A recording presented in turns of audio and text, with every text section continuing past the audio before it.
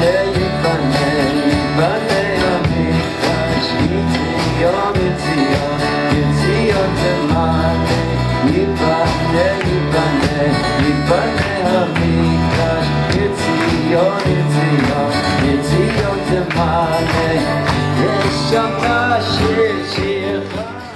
hi everybody. Good to see you all, and I hope your Pesach was inspirational and wonderful. It's brought down that the minhag of Chabad, that for the very last part, the last thing you do in the Seder before Chad Gadya and the like, is Nirtza. We recite a paragraph that may Hashem accept our avoda, and it begins with the phrase Chasal Seder Pesach Gehil Chaso, that the Seder of Pesach has been completed according to all of the halachas. By the way, as a little aside, that paragraph was not written for the Haggadah. That paragraph is taken from the Yotzer of Shabbos Hagadol that most people don't recite, but there's special Yotzros for Shabbos Hagadol, and Chasal Seder Pesach is taken from the Yotzer, and then it got moved over to the Haggadah.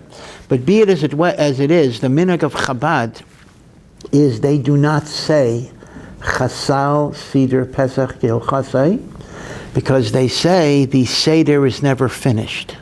The spiritual kochos that the Seder brings into our lives continues to elevate us and inspire us the entire year, and it's not shaykh to say chasal, it's not possible to say it is finished. So in light of the Chabad minhag, I am going to speak a little bit about some aspects of at least the end of Pesach, but first I have to announce that our shir is dedicated again L'Zecher Nishmat Binyamin Yisroel ben Shlomo Zichrono Livracha, and again his parents are here, and we welcome you, and we share in your sorrow and in your struggle. A Refuah Shelema to Breya bat Chava, and then we have a generous contribution was made anonymously, so we want to thank Mr. or Mrs. or both anonymous for your generosity. And in addition, the Silvers family, in gratitude for the shiurim, has also sponsored the shir, and again we're very, very grateful to these sponsors and all of the people who generously support the Torah and Chesed, not just of this class, but of all of the very good work that Yibaneh does, Rabbi Poston and Rebbetzin Poston, and everyone else who helps him out. And once again, Torah, Chesed, all of these things are good. They bring Mashiach, they bring Geula, and I just encourage everyone to generously contribute to Yibaneh's good work. But what I want to talk about tonight is really the tail end of Pesach, and that's the splitting of the Red Sea. And the truth is, this is something that's relevant to think about every day, because in point of fact, part of our davening every day is the Shirat Hayam Az Yashir, right? So Kriyat Yamsuf, as well as Yetzias Mitzrayim generally, is something that is in the focus of our thoughts every single day.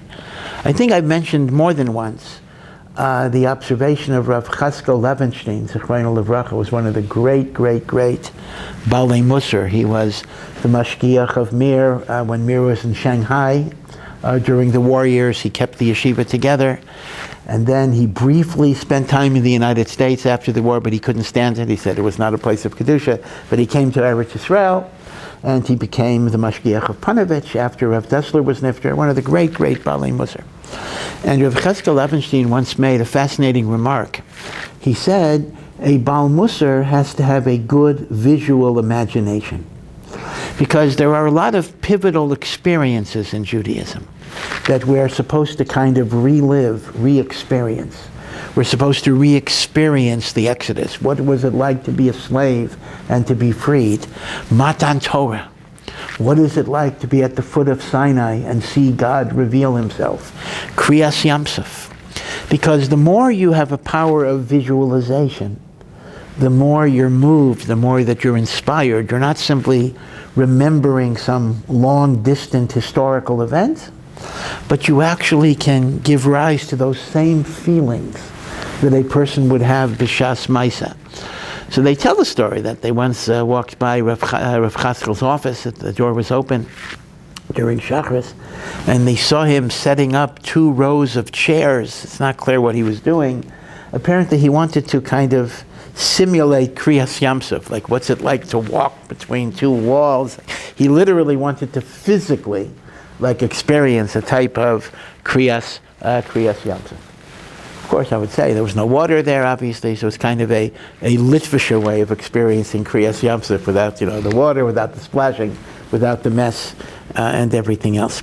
So I'm going to talk a little bit about Kriyas Yamsuf. And the first observation I want to share with you is a very, very ingenious vort from the Vilna Gaon himself. And that is, if you remember the Kriyas HaTorah of the last day of Pesach, which is Kriyas Yamsuf, so you'll remember that there are two verses in close proximity to each other that just differ by a little bit, and that is one pasuk says, "Vayavo b'nei Yisrael b'yabasha b'toch hayam." B'nei Yisrael entered the dry land within the seabed, etc. V'amayim lehem choma, and the water was a wall, miminamu mismolam, to their right and to their left. A few verses before that, there's a pasuk that's almost identical. V'yavo b'nei Yisrael b'ayam b'yabasha. They went into the sea, which was Yabasha. Hamayim lahem choma, the water was a wall. Miminamu mismolam.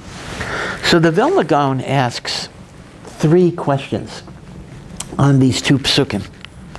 Question number one is, why does the Torah repeat virtually the same idea? The Jewish people walked into the dry land and the water was a wall to the right and to the left. What's the purpose of the reiteration? Question one.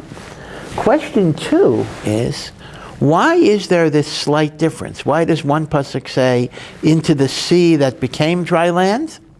And the second pasuk says, into the dry land within the sea. Question three. The word choma, which means wall, is written in the Torah without a vav. That is called chaser rather than malay. If it's chaser rather than malay, you could read it as if it said chema, anger. And Chazal actually have a drasha that says when God ordered the sea to split, the angel of the sea was angry and defiant. And the angel of the sea said, Ma nishtana, right? This is also a ma nishtana, right? The angel of the sea had a ma nishtana. Ma nishtano, elu me elu. Why are the Egyptians any worse than the Israelites? Why should I split for the Israelites and not split for the Egyptians? Halalu ovdei avodah zarah. The Egyptians are idol worshippers. Halalu avodah zarah. And there were Jews who were still idol worshippers, even at the Kriyas Yamsuf itself. Manishtanu. And God didn't really have an answer. God's only answer was, Ein achinami. They are not deserving of a Kriyas Yamsuf right now, but they're going to be makabel the Torah eventually, and I'm going to give it to them on credit. I'm going to give it to them in anticipation of what they will become, even though they're not that madrega right now. Now, here's the thing the Vilna Gaon points out. The double entendre, choma, and without a vav, chema, only appears in the second pasuk that says b'yabasha b'toch hayam. In the first pasuk that says bayam liyabasha, the word choma is written with a vav, and it can only have one possible meaning, the meaning of wall, and not the meaning of anger. Why does this double entendre, this double meaning, only appear in the second verse and not in the first verse? So we have three kashas on two short psukim. Number one, why the repetition? Number two, why is there a difference between yam liyabasha versus yabasha l'toch hayam? And number three, why is the choma without a vav, for which we have the drasha of chema, anger, only appear in the second verse and not in the first verse? So the Vilna Gaon offers an explanation that answers all three kashas. And he says the two psukim are referring to two different groups within Am Yisrael.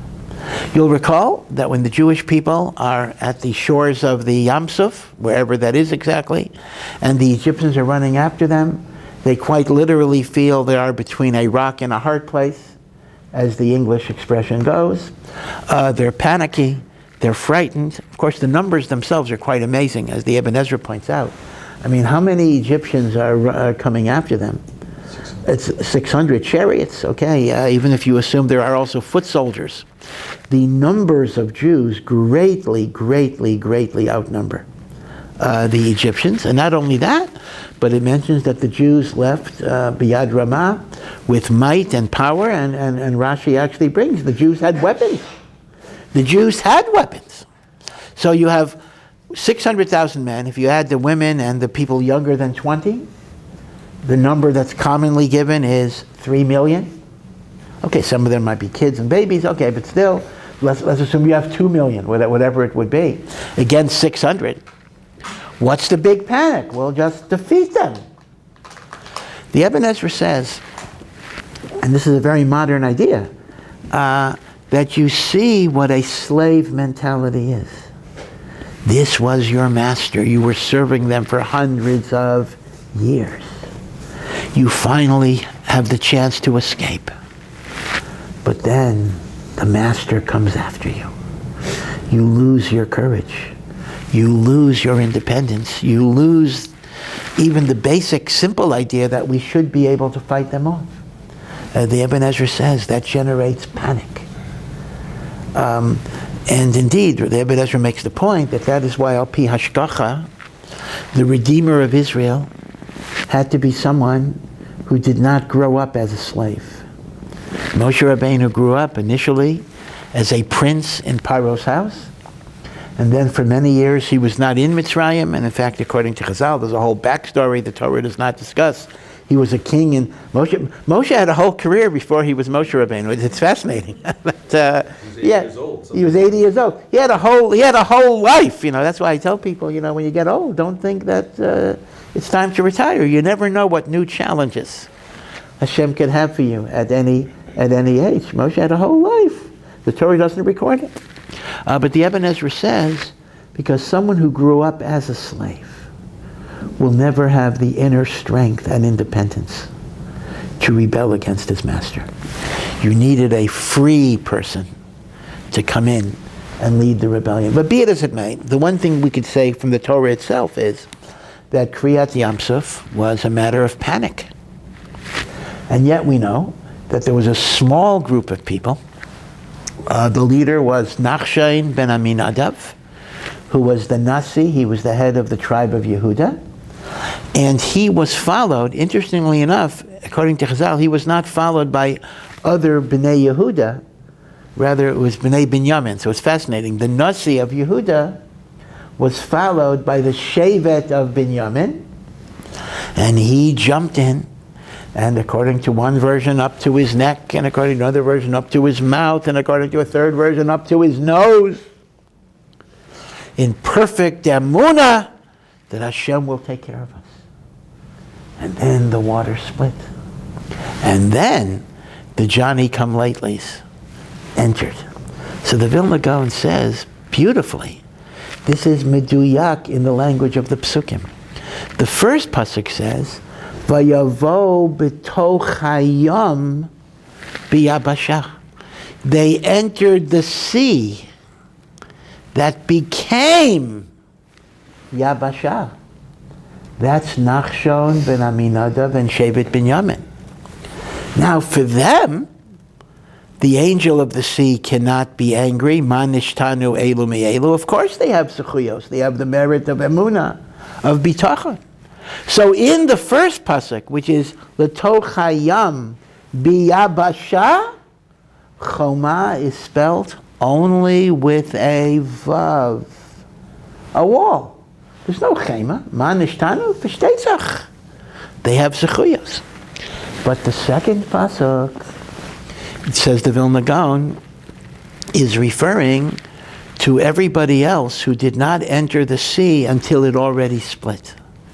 They did not have emunah. They did not have bitachon. And that's why it says, v'yavo biyabasha b'toch hayam. They entered the channel when it was already dry. For them, the sorrow shel yam, the angel of the yam, said, Ma nishtanu elu me'elu. And that's why the double entendre of chema, only appears in the second verse. So this answers all three questions, right? The repetition, it's not a repetition, it's referring to two different groups. Group 1 entered the sea that became dry land. Group 2 waited until it was dry land. Group 1, the water was a choma, there was no chema. For group 2, there was what was called a kitrug. A kitrug means a prosecution, an accusation, a declaration in Shemayim that they in fact were not worthy of this redemption. And Hashem had to placate the forces of Din by basically saying, okay, they're not worthy now, but I'm giving them credit for what they will become at the time of Matan Torah. So this is what you call a grand slam Dvar Torah, because when you have three questions that you can answer with one yesod, that's how you measure. In fact, on the way we measure how good a Dvar Torah is how many questions it can answer, right? Just like a scientific theory, right? That's how you determine the beauty and elegance of a scientific theory, by how many questions it answers. That's also true with Divrei Torah as well. Okay, but now I want to supplement the Vilna Gaon with an interesting observation of the Meshech Chochmah of Meir Simcha HaKohen again, and you know that I work for Or Sameach, just to point out, Reb Meir Simcha HaKohen, the great Rav of Dvinsk, who died in the 1920s, wrote two svarim, both of which are classics. His first sefer was the Or Sameach, Meir Simcha Or Sameach, on the Rambam, and the second was his sefer on Chumash that is called the Meshech Chochmah. I am told that the Meshech Chochmah was written before the Or Sameach, but his father advised him that he should not publish his first sefer on Chumash, because then he'll get a reputation as just a preacher. He should first establish his credentials as a master of pilpul and halachic analysis, and then he can publish the Chumash. Although the truth is, anyone that learns Meshech Chochmah knows that the Meshech Chochmah is not just a sefer on Chumash. It is filled with Kabbalah, philosophy, halachic analysis. Indeed, it's kind of a mix of all types of aspects of Torah. But okay, but the Meshech Chochmah raises a very interesting question. Be it as it may, we do find that at the time of Kriyas Yamsuf, there is a kitrug, there's an accusation, there is a prosecution, there is a charge, an indictment against Am Yisrael. Ma nishtanu elu mi'elu. Now what's going on? We just had a whole year of Makos. It's a little complicated. The Mishnah in Edges says that the whole 10 Makos took place over a year. It's a little difficult because you have to figure that out, because it seems to be much less than a year, but be it as it may, from the time that Moshe first went to Paro till Makas Bechoros is Yud Beis Chodesh. In each of those Makos, only the Mitzrayim were affected and not the Jewish people. The blood, only the water of the Egyptians turned to blood, the frogs, the lice, whatever it was. So we just had a year in which Hashem afflicted the Egyptians and didn't afflict the Jewish people. How come there was no kitrug? Why didn't the angel of the water say, Ma nishtanu elu me'elu? Why is there a kitrug only by Kriyas Yamsuf, when there was no taina at all for the Makos? So the Meshech Chochmah says the following. It is true that the Jewish people in Mitzrayim were on the 49th level of impurity. And that's why they didn't even have time to let their dough rise, because the little amount of time that it would take for dough to become chametz, the few minutes, we don't even understand this. They would have hit the 50th level. They would have been irredeemable. As it were, 4/5 of them died, because they did hit the 50th level. So they were in a pretty bad shape. They were Ovdei Avodah Zarah, except for Shevet Levi. They did not do Brit Milah, except for Shevet Levi. They are described in the Navi Yecheskel, and this pasuk is quoted in the Haggadah, that they were like a baby that was filled with filth and everything else, and God finally said, in your blood you will live, and that refers to the blood of Pesach, the blood of Milah. God gave us those mitzvot to put us over the top. But, I've mentioned this before, the Mechilta tells us that in spite of the lowly spiritual state that the Jewish people were in, they had certain merits that made them worthy of redemption. And the list appears in different forms in different sources, but the Meshech Chochmah goes with the Mechilta. He mentions there was no intermarriage. There was faithfulness of husband and wife. They didn't change their Jewish names.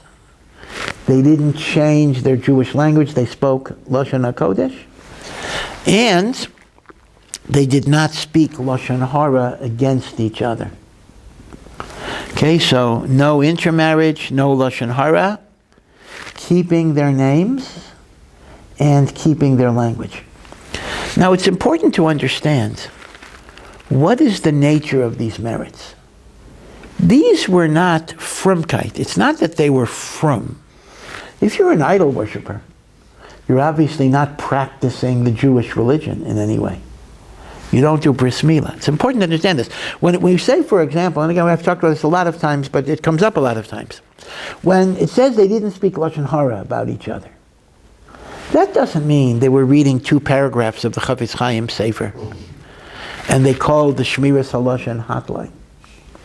What it means is actually more of a political sense.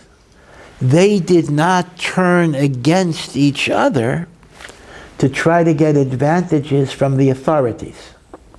One could imagine, and indeed, tragically, this sometimes happened even during the Holocaust, where, superimposed, of course, on the tragedy of 6 million Jews being killed, there's like a smaller tragedy on top of it, and that is sometimes Jews were so desperate to try to get a little bread for their family, to try to save their children, that they would turn against, they would reveal the whereabouts or what another Jew was doing.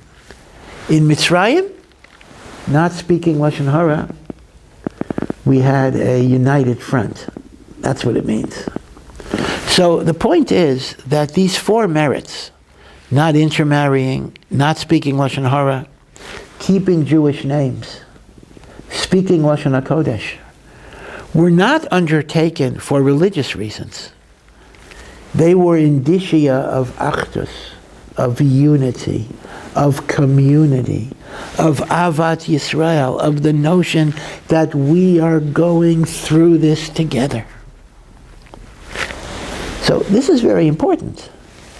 The thing that got us redeemed from Mitzrayim was not, well, we were given, Hashem, ultimately we were obedient to God because He gave us Pesach and Milah. But what entitled us and what enabled us to get those mitzvahs from God was not our obedience to God. It was our Avas Yisrael and our Achdus in the face of adversity.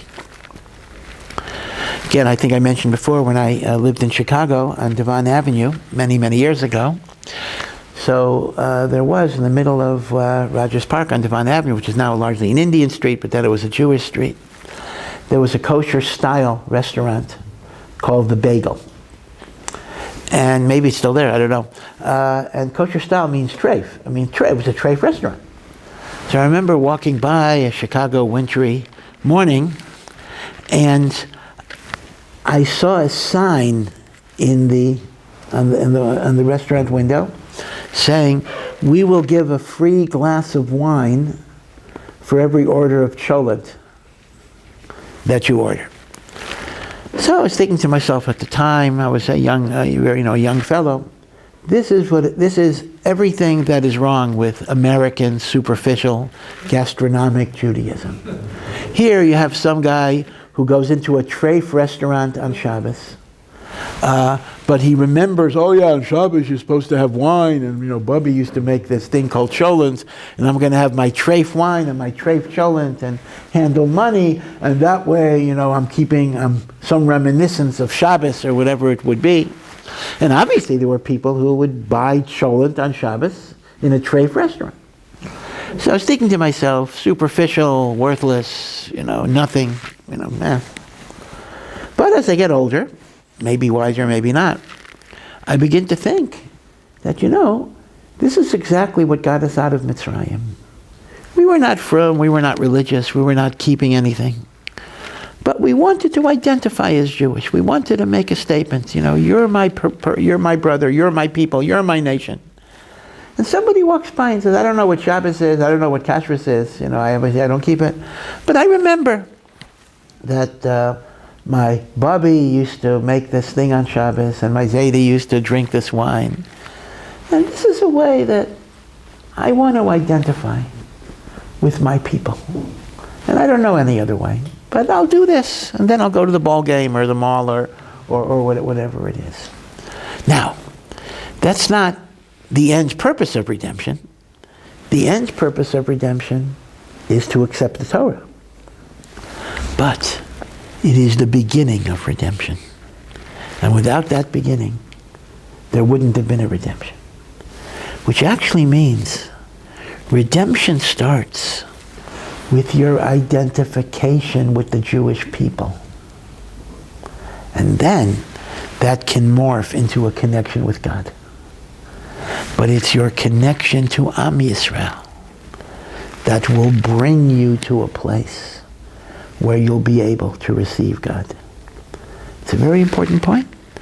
So I can no longer look at a person who just wants to, he wears a Magen David, whatever it is. You have all sorts of people you meet, a guy, let's talk about this. Didn't change your name. So let's say you're in a discotheque in Tel Aviv. I don't know if they still have discotheques. I don't know if maybe I'm dating myself.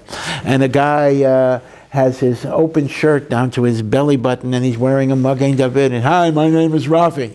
So he doesn't change his name, and he speaks Hebrew, and he wears a Jewish star.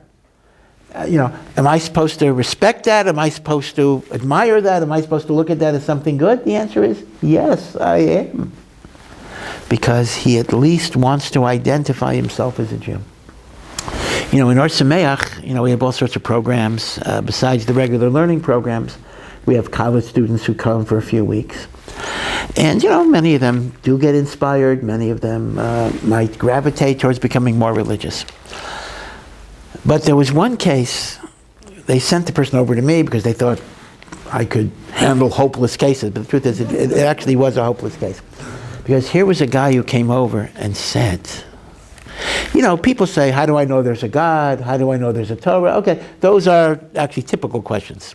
They're not easy to answer, but that's standard thing. But this guy came over and he said, in fact, I don't even know why he went to the program, what was he trying to, he says, I don't understand why you have separate programs for Jews. Like, what is it, why is it important to be a Jew, and why is it significant that I was born a Jew? And it really doesn't mean anything to me. Now you understand, at that point you actually do hit a wall. Because the typical non-religious guy might say something like, I'm proud to be a Jew. I just don't get all this religion stuff. That you can work with. Somebody who says, I just don't get it. I don't know why you Jews get together to do things together. I don't see the point.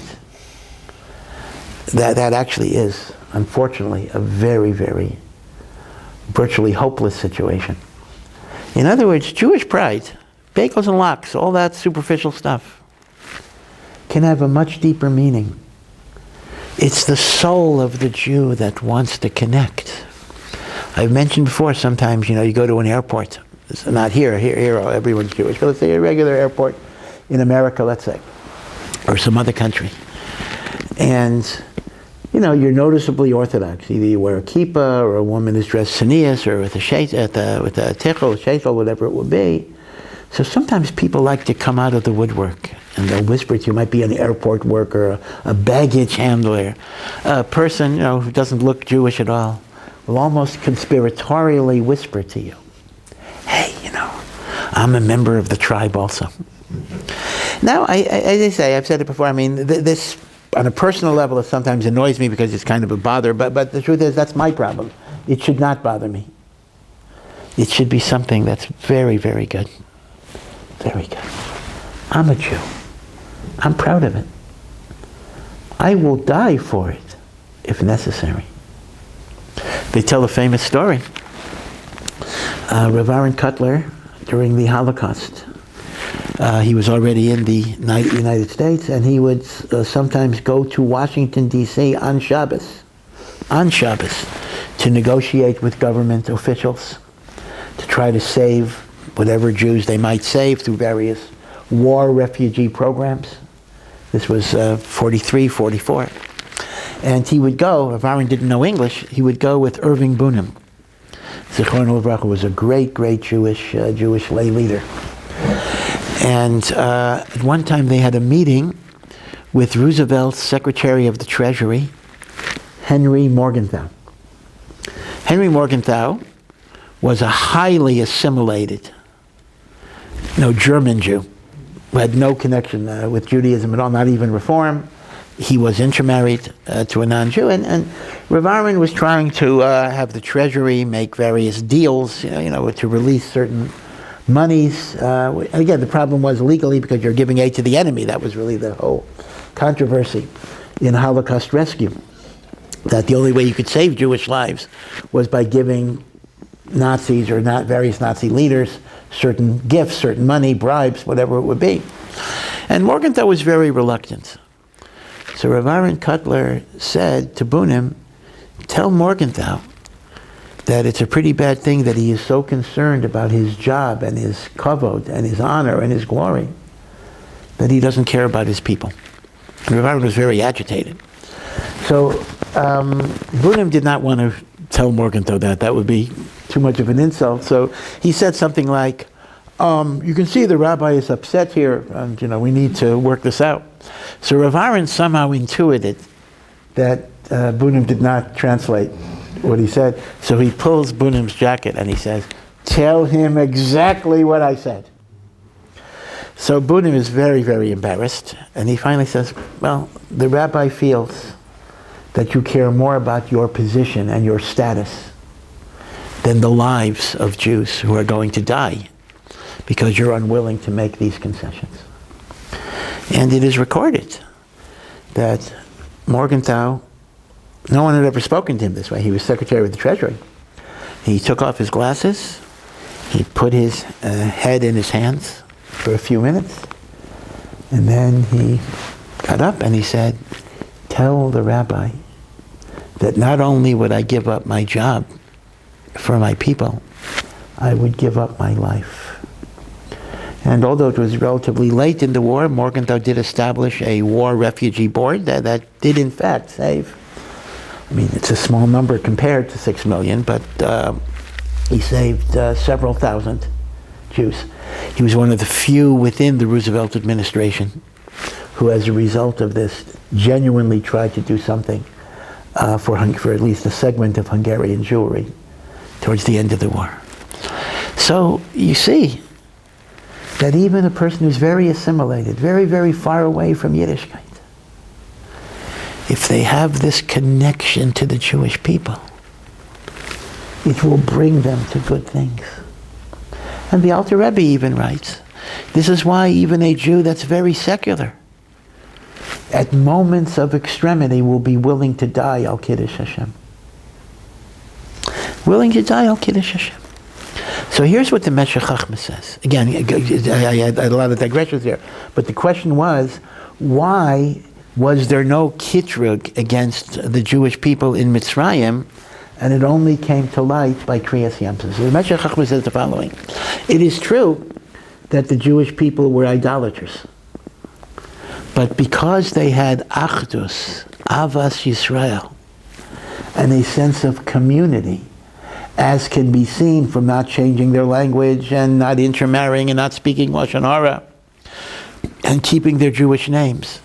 The Meshech Chochmah says, when there's achdus and unity in Avat Yisrael, we become a whole that is greater than the sum of our parts. So in spite of our individual shortcomings, we bring mercy and compassion from heaven. And that's why there was no Kitruk. What happened by Kriyat Yamsuf? By Kriyat Yamsuf, in the panic of the moment, there was a disintegration of the unified front that we had maintained in Mitzrayim. Chazal say that at Kriyas Yamsuf, the Jewish people divided into 4 groups. These are 4 bad groups, not counting Nachshon, etc. Group number 1 said, let us return to Egypt, let us surrender. Group number 2 said, let us jump into the sea, but not like Nachshon, let us jump into the sea and commit suicide. Group number 3 said, let us wage war. And group number 4 said, let us cry out to the nations of the world, the United Nations, to come and rescue us. I always thought that was the most foolish of the groups. Now, the Meshech Chochmah understands this medrash in a little different way than most understand. Most understand it simply means there were 4 different strategies. He looks at it in a more serious way. He actually says, in the panic of the moment, each person individually was thinking about what is best for them. They no longer thought about the other people. We lost the achdus. Says the Meshech Chochmah, when you lose achdus, you lose avas Yisrael, you lose selflessness, you lose connectivity to a community.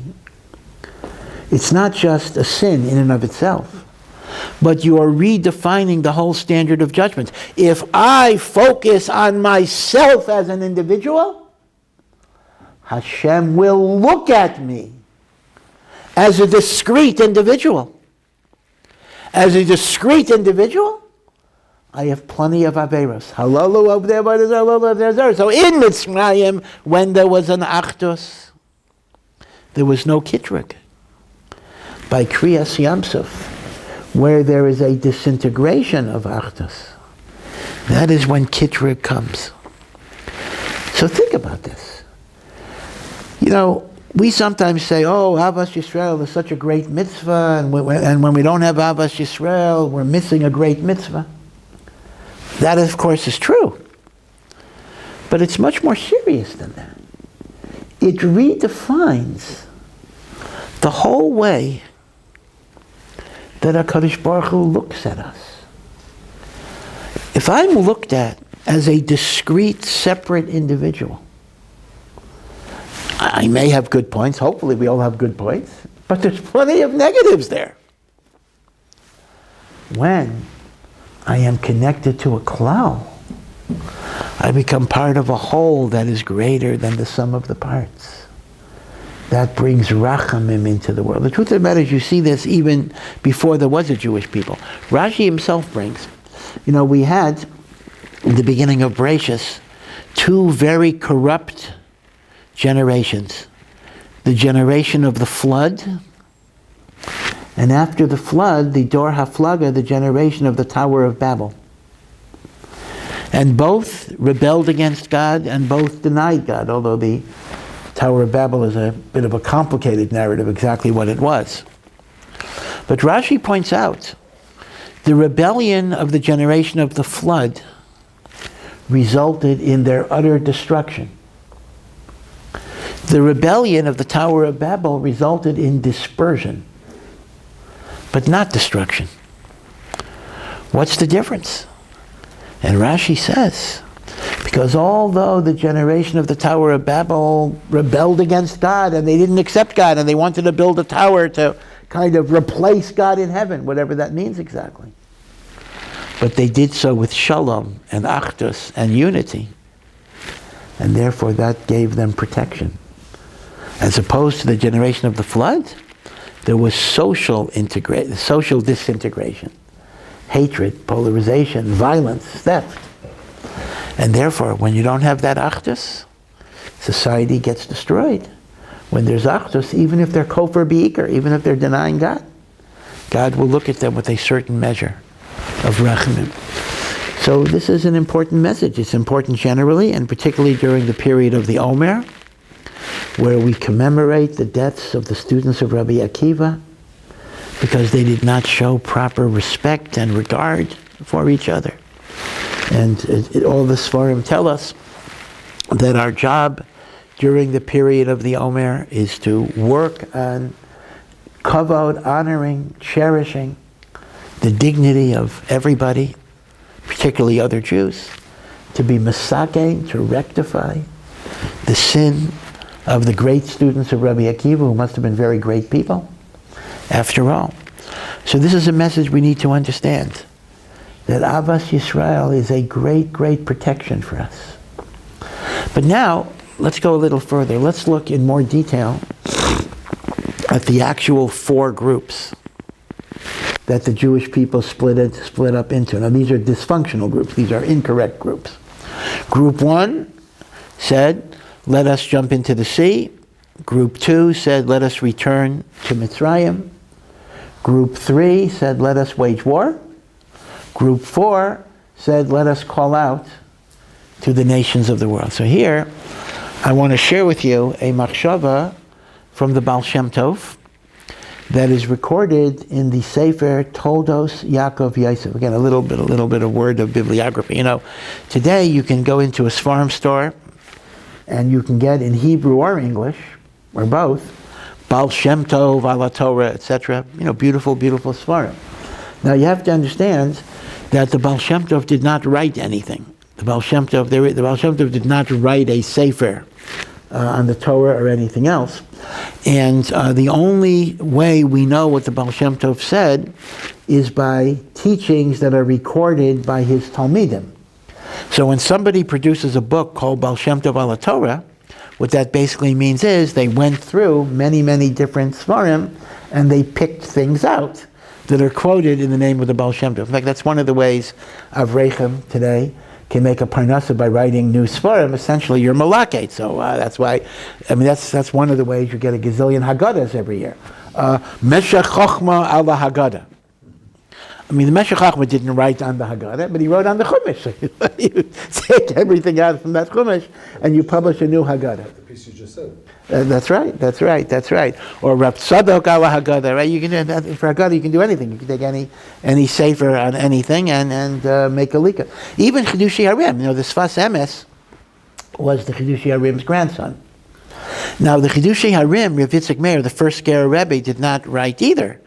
But essentially the Sfas Emes quotes him many, many times. So somebody goes through the Sfas Emes and produces a work, Chidushei Harim, ala Torah. Okay, so that's a little hint for people who want to look for some type of sefer that they could compile. Okay, so similarly, the Baal Shem Tov's Torah was primarily communicated to us by one of his great disciples, Rabbi Yaakov Yosef of Polonia. And his sefer on Chumash, Toldos Yaakov Yosef, was the first Hasidic sefer ever published. And he quotes the Baal Shem Tov more than 500 times. So it is really the primary source of the Torah of the Baal Shem Tov. It is very, very interesting. We know that the Baal Shem Tov's successor, the one who took over the Hasidic movement, the one who really created Hasidus as a mass movement, was the Maggid of Mezerich, the Mezericher Maggid, Rav Dov Ber. And it's interesting that Rav Yaakov Yosef was in line to be a leader. Obviously, he was obviously a great, great leader of Hasidus because he was the main transmitter of the Baal Shem Tov's Torah.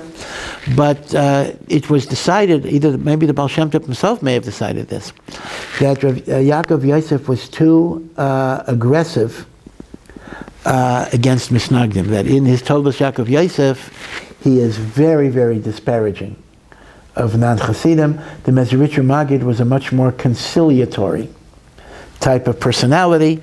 Rabbi Yosef was a very militant personality, and it was thought that his particular approach would not be conducive to growing and expanding the movement, right? Because remember, all of the early Hasidim were Misnagdim. I mean, they came from Misnagdim. I mean, there was no Hasidic movement, so every Chassid at the time had to break away from his family traditions, and as a result, it was concluded that you needed Darchei Shalom, which is always the right way of doing it, rather than being very combative. So Toldos Yaakov Yosef is a very interesting sefer, but there's quite a few passages that are quite acerbic, quite critical, quite insulting, about the misnaged mindset that only wants to learn Torah and doesn't think about Avas Hashem and Yiras Hashem and all of these different things.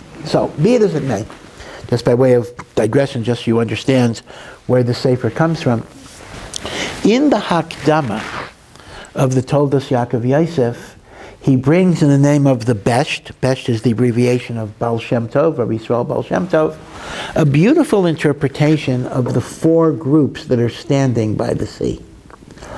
And it's a metaphorical interpretation, that the turbulent sea is a metaphor for confronting the challenges of a world that we live in, a world where God's presence is concealed, a world in which we're overwhelmed with different choices that push us in this direction and that direction, storm-tossed. And a person is looking for strategies to navigate in a world of confusion and turbulence. Now, the Toldos Yaakov Yosef brings that we know that, again, this is both from Greek philosophy and Torah. Chazal took it over, although it's essentially borrowed from Greek philosophy, the notion of the four elements. The idea that all matter is comprised of different combinations of these four elements. You have fire, water, earth, and air or wind. In fact, the four holy cities of Eretz Yisrael are connected to this. Yerushalayim is the city of fire. Tiberia is the city of water. Hebron is the city of dirt, the graves. And Tzfat, which is ethereal, is the city of air. Each of these holy cities are rooted in these four Yesodos. Now, these four Yesodos are not physical. I mean, they manifest themselves physically, but they ultimately represent spiritual forces. And all spiritual forces, just like the old photographs, you have regular photographs and you have the negatives. If you're older, you know what I'm talking about. And the like.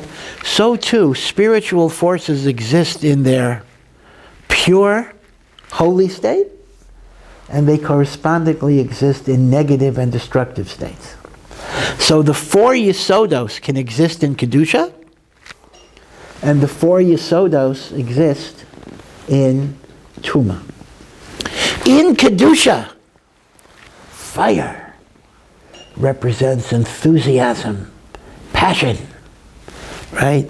Generating light. So we have Eish HaTorah, we have Or Sameach, right? That's the fire, the light, the passion, the excitement. That's the Eish of Kedusha. The Eish of Tuma is anger, machlokes, animosity. The same type of emotion can exist in these two different forms. Water. Water is something which purifies, it refreshes, it rejuvenates, it cleans.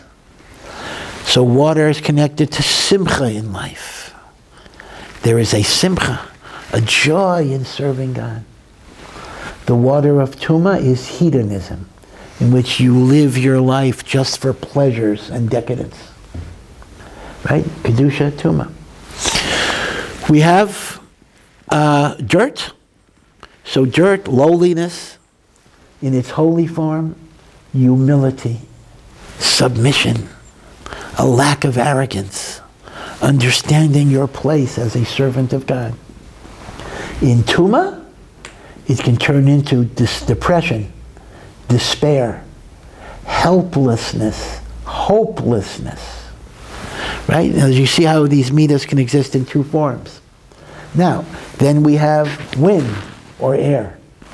in its holy form. It can refer to kind of a spiritual elevation where you get disengaged with the material and you focus on ruchnius. But the negative is, we talk about a Balgaiva as ruach gavoa. He's taken over by his winds, so to speak. The arrogance, the spirit of looking down at people. So the point is that the 4 Yesodos can exist in Kedusha states and in Tumah states. So what the Baal Shem Tov says is, the 4 negative responses of Klal Yisrael, contemplating the turbulent sea of life, are connected the 4 Yesodos of Tumah. So he says, group number 1 that said, let us jump into the sea, that's let us embrace hedonism. Let us look at the world and simply take from the world whatever pleasures we can get. Eat, drink, and be merry. For tomorrow we shall die. By the way, that English expression is taken from a pasuk. The Yeshayahu Hanavi quotes people with that attitude. What is the use of holding back on anything? I might as well live my life for unbridled taiva. So that's the Yesod Hamayim, jump into the sea. The second group that said, let us return to Mitzrayim, is the negative of dirt. Let us become lowly, depressed, despairing, hopeless. Meaning, we live in such a world of overwhelming evil that there's nothing I can do. I am just going to shut myself down. The third response, let us wage war. That corresponds to fire, machlokes. Right? So the negative there would be anger, conquest, domination, power. The only way to get ahead in this world is by looking after number 1. And the calling for the Umos HaOlam is the power of speech, the power of Dibur, the power of Ruach. That would be arrogance and Gaiba. So the Baal Shem Tov understands that the 4 responses are the 4 Yesodos as manifested in Tumah. Right? The Yesods, the Yesods of Mayim, the Yesod of Ofor, the Yesod of Eish, the Yesod of Ruach, and how they manifest themselves in negative ways. That's a very interesting pshat. But I'd like to just add a little bit and maybe modernize this a bit. And that is, if you apply it not as an individual struggle, like how do I deal with taiva, how do I deal with anger, how do I deal with humility, how do I deal with pleasure in the world, all of these issues that I have. But you can look at it in a more broader way, and that is, how does a person retain a Jewish identity in such an overwhelming secular world? And you know, particularly in the United States, but in Israel as well, you know, the obvious answer, Torah, mitzvahs, Masorah, a lot of people don't want to go with that. like somebody might ask you, how do I keep my kids Jewish? Right? So you say to them, well, send him to a yeshiva, keep Shabbos and Kashrus at home. Say, well, besides that, what other way do you have? People always don't always want to hear that way. You know, that's too hard. So people are grasping at straws for different ways of fostering Jewish community. Or, sometimes, just giving up. So one might say that the 4 responses at the sea are 4 ways that Jewish society has tried to deal with Jewish identity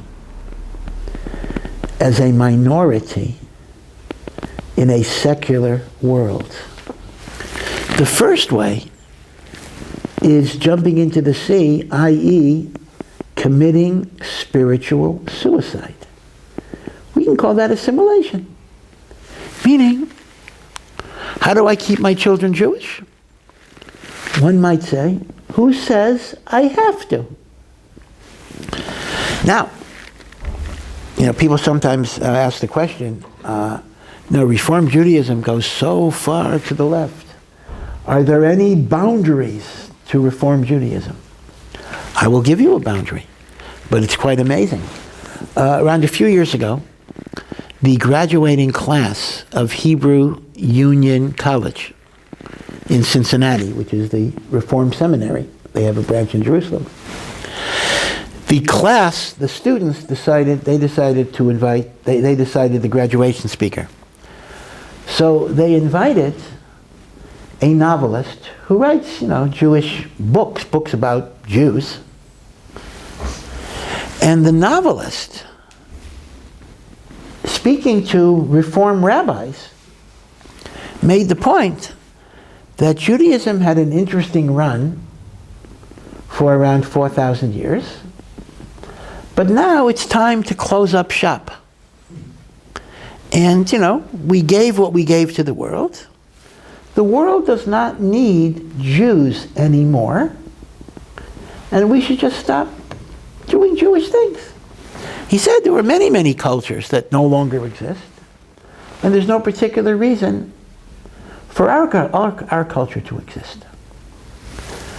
This was in an address given to future rabbis of the Jewish people. Well, to the credit of the administration of Hebrew Union College, they did issue a statement in protest of that.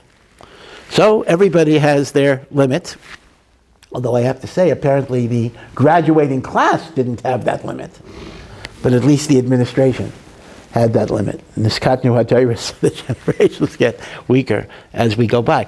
So one solution to anti-Semitism is let's get rid of Judaism, and there won't be anti-Semitism. This, in fact, by the way, was Theodor Herzl's plan. Now, again, I am not here to insult Theodor Herzl. Theodor Herzl had no Jewish education whatsoever, and he was very, very well motivated. He cared about the Jewish people. I am not at all here to disparage him. But he saw the rampant European anti-Semitism, particularly the Dreyfus trial, which was a trumped-up, fraudulent sentencing of a man who was innocent. And Herzl believed that the solution to anti-Semitism was normalization, getting rid of whatever makes Jews different than regular people. So the Herzl view of Zionism, as opposed to even other unreligious Zionists like Echad Ha'am did believe in kind of a unique role for a Jewish state. Herzl wanted a Jewish state to be the same as Bulgaria, Romania, Hungary. He did not want there to be a distinct Jewish identity. He envisioned, and that's why he was even willing, in fact, at one point he offered, in exchange for territory in the Ottoman Empire, he offered, if the Pope would support him, mass conversion. He says, I will bring you 1 million Jews who will convert to Catholicism. Now again, I am not here to denigrate him at all. I am not denigrating him. I mean, I believe he had very, very noble motives.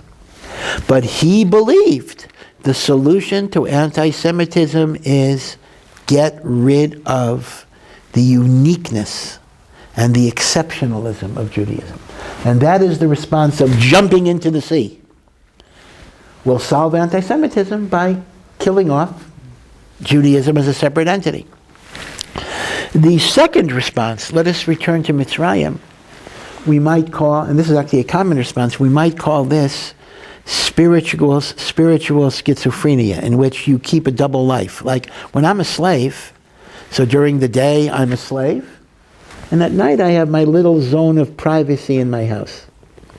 This would be exemplified by the old adage attributed to Moses Mendelssohn, be a Jew at home and a man of the world outside the home. The notion that, okay, I'll keep my little religion, I'll keep my synagogue and the like, but fundamentally, I identify with the secular culture, the way I conduct my business and everything else. So if the first response is assimilation, The second response is a sense of fragmentation and schizophrenia. That's the slave. Double life. Meaning, when I'm at work, when I'm in the marketplace, I am functioning as a goy. My Jewish life is a private little part of me. The third response, wage war, might actually be the opposite. We'll call that ghettoization, in which I look at the secular world and I wage unrelenting war against everything. No internet, no geisha access.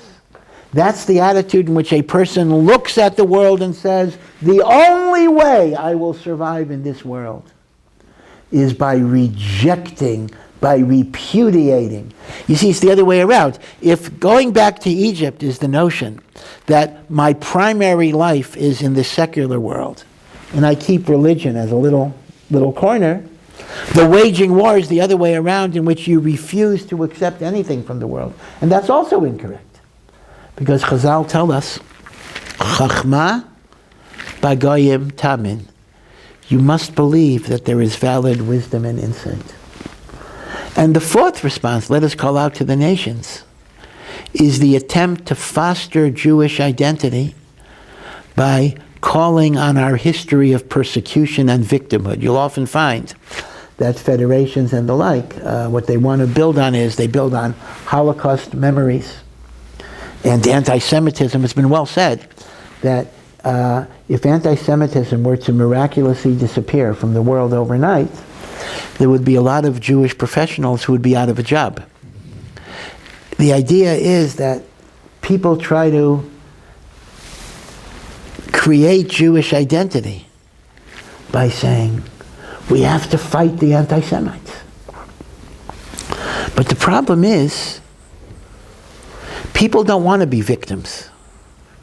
The idea of the Holocaust, although the Holocaust is a tragedy, but unfortunately it does not resonate as powerfully among young people as it once did. People say it's a different generation, right? You know, whether you're holding this against Germany or Poland, right? You know, all the people who perpetrated the Holocaust are long gone, right? Even the Ukraine, who were vicious anti-Semites, right? Zelensky's a Jewish president, although he, very, very good man in many ways, but he's a little ignorant about the Holocaust, unfortunately, and the like. And besides, you can't define your Judaism by what you're against. You have to define your Judaism by what you're for. You know, people who are involved in Jewish outreach in college campuses will point out, it's an interesting thing. When you want to organize a rally against Louis Farrakhan, you'll get a lot of people. When you want to give a class on Chumash, you'll get fewer people. People love to fight the enemy. But what do you stand for? So you see this point here. The point is the four responses which are dysfunctional. One is throw in the towel and assimilate. Jump into the sea. The second is let us return to Egypt. Let's characterize in a schizophrenic way. We have a double life.